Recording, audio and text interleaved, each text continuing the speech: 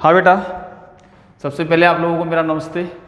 आप लोगों का ये lecture number 106 P block elements, और पी ब्लॉक एलिमेंट्स के अंदर पिछला जो टॉपिक था, मैं आपको नया आज टॉपिक जो शुरू होने वाला है वो है बेटा फास्फोरस। ठीक, और फास्फोरस चतुष्परमाणिक है, यूँ लिखोगे। सबसे पहली बात है कि आप लोग जानते हैं बेटा फास्फोरस सबसे वर्ग 15 के तत्वों में सबसे अधिक भूपर पट्टी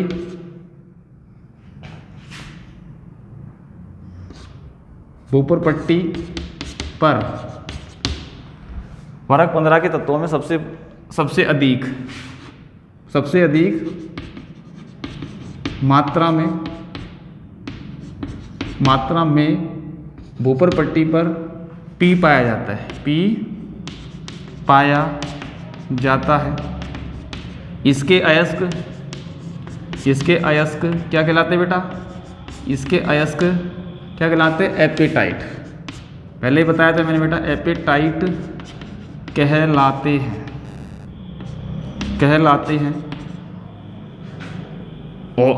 हैं। इसका मुख्य अयस्क जो मैं अभी बता रहा हूँ आपको, मुख्य अयस्क फास्फोराइट है। क्या है? फास्फोराइट है। और एपेटाइट में आप लोगों को बताया था बेटा क्लोरो एपेटाइट, हाइड्रोक्सी एपेटाइट, फ्लोरो एपेटाइट आदि के बारे में जो मैंने आज पार्ट शुरू हुआ था, इसका इंट्रोडक्शन हुआ था, उस टाइम ही बता दिया, तो वो आप लोग लिख सकते हो। अब वर्ग 15 में सबसे अधिक मात्रा में जो भूपर पट्टी पे है वो क्या पाया जाएगा? पी पाया जाता है। तो ये तो बेटा आप लोग लैंग्वेज लिखोगे फास्फोरस। तो अब आप लोगों को जो अगला टॉपिक होगा इसके अंदर, ये तो बात समझ में आ गई एपेटाइट के रूप में, जिसमें fluorapatite, calcium apatite, hydroxyapatite और फास्फोराइट का जो सूत्र है वो फास्फोराइट का सूत्र है बेटा, मैं अभी बताऊंगा। तो फास्फोरस अगला पॉइंट जो डालोगे, फास्फोरस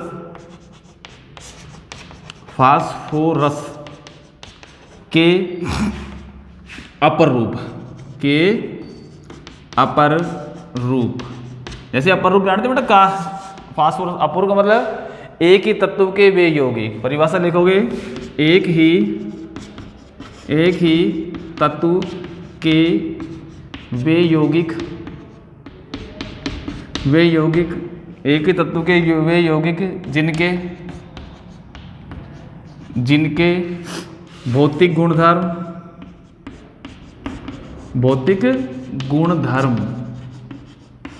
अलग हो, परंतु रासायनिक गुण समान हो। रासायनिक गुण क्या हो बेटा? समान हो। एक दूसरे के अपर रूप कहलाते हैं, और इस परिघटना को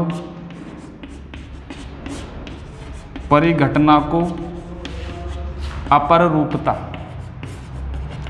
रूपता कहते हैं। ठीक है बेटा। तो यहाँ पर एक ही तत्व में यौगिक जिनके भौतिक गुणधर्म तो क्या हो बेटा? अलग अलग हो, परंतु रासायनिक गुण समान हो, एक दूसरे के अपर रूप कहलाते हैं, और इसी परिघटना को अपर रूपता कहते हैं। तो अपर रूप की परिभाषाएं आप लोगों को ये समझ में आ गई होगी। अब फास्फोरस के कितने अपर रूप है उसके बारे में अपन बात लिखेंगे। ठीक है बेटा। तो हेडिंग होगी आप लोगों की क्या? फास्फोरस के अपर रूप। फास्फोरस के अपर रूप। अब फास्फोरस के अपर रूप की बात करो तो बेटा इसके अंदर नंबर 1 है श्वेत फास्फोरस, या फिर इसका दूसरा नाम है पीला फास्फोरस है। तो श्वेत फास्फोरस या फिर पीला फास्फोरस, इसके अंदर सबसे पहली बात बनाने की लिखो, इसमें क्या लिखेंगे? श्वेत फास्फोरस को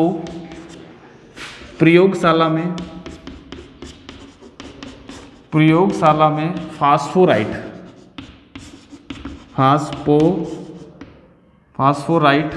सूत्र है Ca3PO4 का होल ट्वाइस।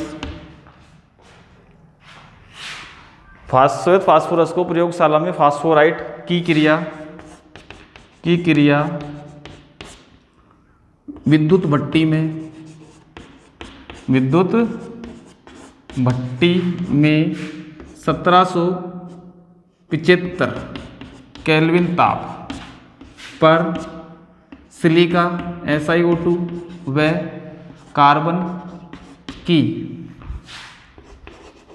क्रिया से बनाया जाता है बेटा। ठीक है, तो आप लोग अगर श्वेत फास्फोरस को बनाओगे तो फास्फोराइट की क्रिया कराओगे आप सिलिका से, तो समीकरण बनाएंगे अपन Ca3PO4 का होल ट्वाइस प्लस SiO2 6 ले लेना यहाँ पे इसको। फिर आपका बनेगा यहाँ पे 2 ले लेना इसको, क्योंकि अपन को P4 बनाना है। P4 plus 6CaSiO3। तो यहाँ पर यौगिक बनेगा आप लोगों का कौन सा बनने वाला है, तो ये यौगिक बनेगा आप लोगों का कौन सा, फास्फोरस, इसका नाम है फास्फोरस। ये फास्फोरस है, बना लिया। ये कैल्शियम सिलिकेट है, इसको बाहर निकालो, इसे कोई लेना देना नहीं है। तो फिर इसके बाद प्लस यहाँ जो बनने वाला यौगिक एक बनेगा P4O10। क्या बनेगा, सॉरी P4O10, ये P4 अभी नहीं बनाएंगे, अभी नहीं बनेगा, सॉरी P4O10। अब P4O10 जो बना है, P4O10 जो बना है वो क्रिया करेगा किससे, कार्बन के साथ। जो कार्बन के साथ क्रिया करेगा तो P4 प्लस 10 CO बाहर निकाल देना, कार्बन मोनोऑक्साइड, और यहाँ लिख देना विद्युत भट्टी। क्या लिखोगे, अभी मैंने बेटा यहाँ पे P4 लिख दिया तो वो नहीं लिखना है, अपन को क्या है कैल्शियम सिलिकेट प्लस इसका नाम है फास्फोरस डेका ऑक्साइड। ठीक, जैसे अपने आधा करना चाहें तो इसको P2O5 कर दे, इसका नाम है फास्फोरस पेंटाऑक्साइड, और वहाँ पर इसका नाम है फास्फोरस डेका ऑक्साइड, जिसके अंदर 10 ऑक्सीजन है। तो ये बेटा बनाओगे सबसे पहले फास्फोरस की क्रिया हो गई है। तो ये तो पहला पॉइंट था इसका, तो ये पॉइंट के हिसाब से आपको बेटा लिखना है। ठीक है, अगला पॉइंट डालोगे इसके अंदर, नंबर 2 लो करके,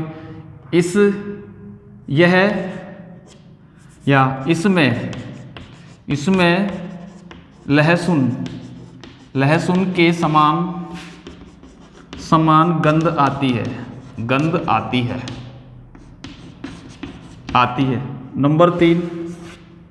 नंबर 3 यह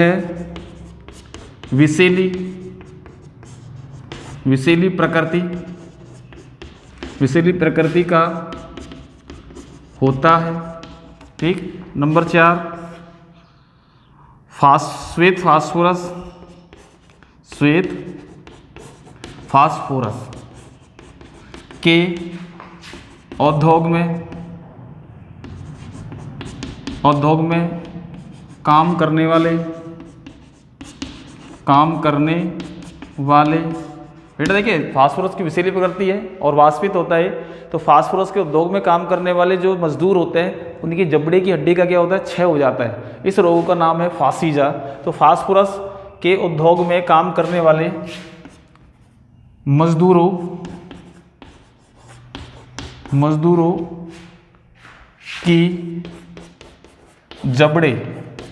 मजदूरों के जबड़े की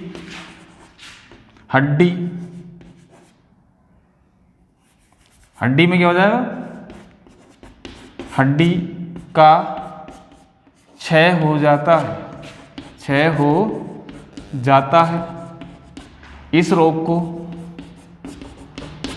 इस रोग को फासीजा जा का मतलब होता है जबड़ा। इस रोग को फासीजा कहते हैं बेटा, कहते हैं। नंबर 5 यह H2O में एविले परंतु CH2 में मतलब कार्बन डाइसल्फाइड में विलय होता है, विलय होता है। ठीक, तो विलय होता है।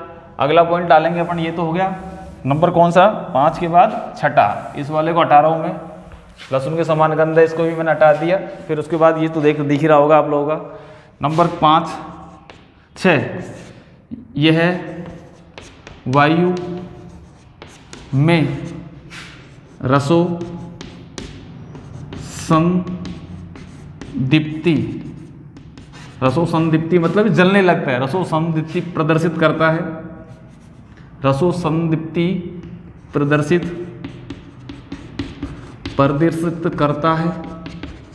करता है और वायु में खुला रखने पर इसमें आग लग जाती है, आग लग जाती है। ध्यान रख लेना, आग लगने का कारण ये होता है कि श्वेत फास्फोरस को यदि अपन वायु में खुला छोड़ेंगे, +5 O2 के साथ एक क्रिया करेगा, आपका बनेगा P4O10, तो फास्फोरस डाइका ऑक्साइड बन जाएगा, जिसके कारण इसमें क्या होगी बेटा, आग लगेगी, और इस क्रिया को बोला जाता है रसो संदीप्ति। ठीक है, विषैली प्रकृति का है। फिर उसके बाद अगला जबड़ा, मैंने आपको फासीजा रोग बता दिया। फिर अगली बात करो तो इसका क्वथनांक,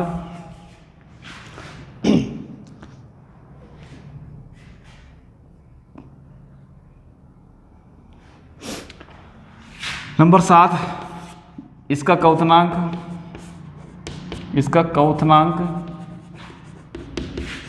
553 केल्विन होता है। ठीक, नंबर 8, इसकी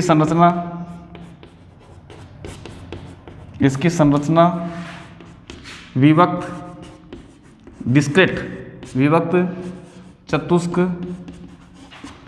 फलकीय, विभक्त चतुष्क फलकीय होती है। ठीक है, अविभक्त चतुष्फलकीय होती है, और बंद कोण का मान 60 डिग्री होता है, 60 डिग्री होता है, जिसके कारण इसमें तनाव उत्पन्न हो जाता है, जिसके कारण इसमें तनाव उत्पन्न हो जाता है।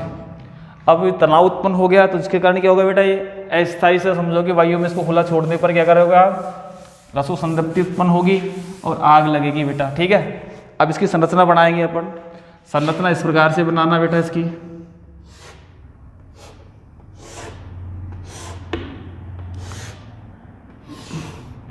ये P एक लोन पेयर लगा देना, ये P एक लोन पेयर, ये P एक लोन पेयर, और ये P और एक लोन पेयर, और यहाँ पर ये बंद कोण का मान 60 डिग्री करोगे, और इसके नीचे लिखोगे श्वेत फास्फोरस की संरचना कौन सी, विभक्त चतुष्क फलकीय, विभक्त चतुष्क फलकीय संरचना होगी, विभक्त चतुष्क फलकीय।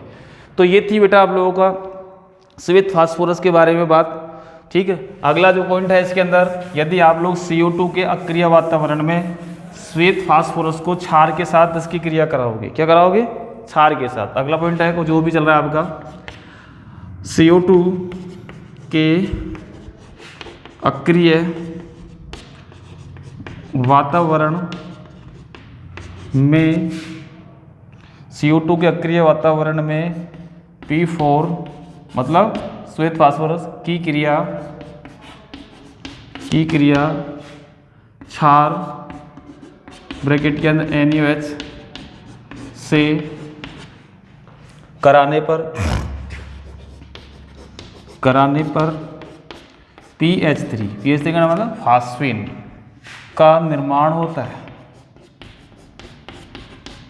तो यहाँ पर P4 plus 3H2O plus 3 NaOH, arrow के बाद PH3 प्लस 2 Na, 2 लगाओ इसको, 2 NaH2PO2 का निर्माण होगा, नाम होगा इसका सोडियम हाइपोफॉस्फाइट। तो यहाँ पर आपका जो बनने वाला जो यौगिक है वो क्या है बेटा, फास्फीन है। तो इसको ले लेना आप लोग, 3 के हिसाब से करना चाहो तो 3 के हिसाब से हो जाएगा ये, ठीक है बेटा। 3 NaOH ले लो, ये 3 बना दो, 3 ले लेते हैं 3, तो यहाँ पर ये 3 NaOH, और P4 के हिसाब से जो बन रहा है उस हिसाब से आप लोग इसको क्या कर सकते हो, निकाल सकते हो। तो ये P4 और यहाँ पर ये आप लोग फास्फीन बना देना, ठीक। तो ये विषैली प्रकृति की है, संरचना आपको समझ में आ गई होगी। अगला जो पॉइंट होगा वो है बेटा आप लोगों का कौन सा, फास्फोरस। ये फर्स्ट अपर रूप था श्वेत फास्फोरस। दूसरी बात सुनो, ये शुद्ध अवस्था में तो श्वेत होता है, लेकिन जब वायु में इसको खुला छोड़ देते हैं तो इसमें कुछ हल्का पीलापन आ जाता है, इसीलिए इसको पीला फास्फोरस भी बोला जाता है। तो फास्फोरस नंबर अगला है अपर रूप नंबर 2, और वो है बेटा लाल फास्फोरस, लाल फास्फोरस, ठीक। तो अपन अब लाल फास्फोरस के बारे में अपन थोड़ी सी बात करेंगे, ठीक है बेटा। तो ये लाल फास्फोरस अपन पढ़ेंगे।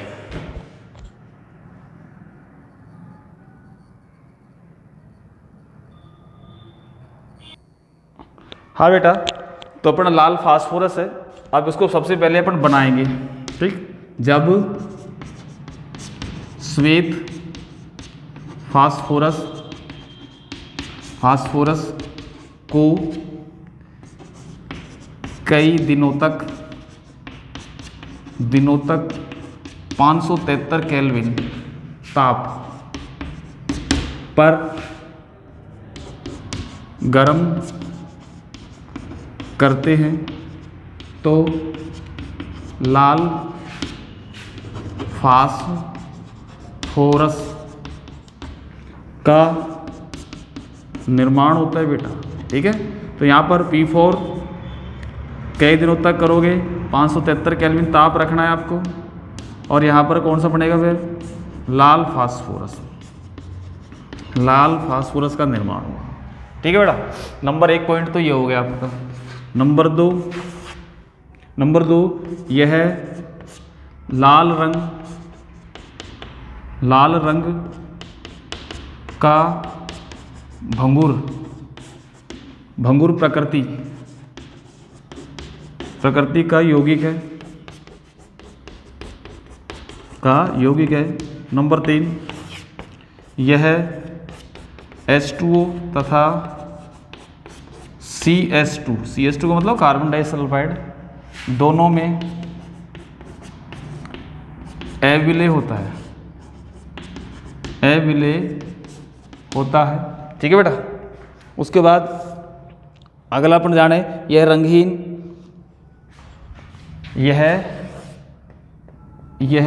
लाल रंग का, तो थोड़ा तो ये शुद्ध अवस्था में रंग का यह है रंगहीन लिख देना यहाँ पे, यह रंगहीन, लाल नहीं लिखना, यह रंगीन तथा भंगुर प्रकृति का होता है, ठीक है। यह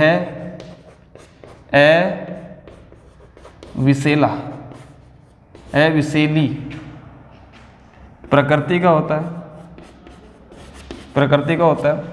फिर एक और बात है, श्वेत फास्फोरस का उपयोग जो है चूहे मारने की जो दवा है उसमें किया जाएगा, और लाल फास्फोरस का उपयोग जो है वो माचिस उद्योग में, या फिर अपन कहते हैं बम फटाका उद्योग होते हैं जिसको फायरवर्क्स बोलते हैं, उसके अंदर इस्तेमाल किया जाता है। यह विषैली प्रकृति का होता है, और इसका उपयोग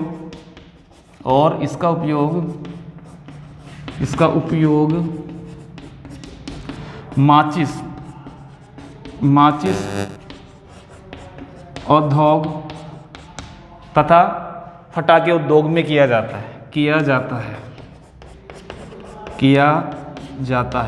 ठीक है बेटा। अब अगला जो पॉइंट है इसकी संरचना के बारे में रहेगा, तो अगली अपन संरचना बोलेंगे इसकी बेटा, ठीक। संरचना लाल फास्फोरस की नंबर अगला जो इसकी संरचना,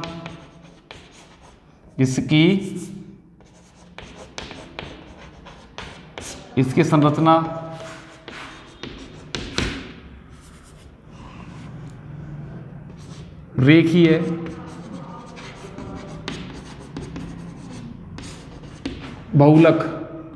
बहुलकीय होती है।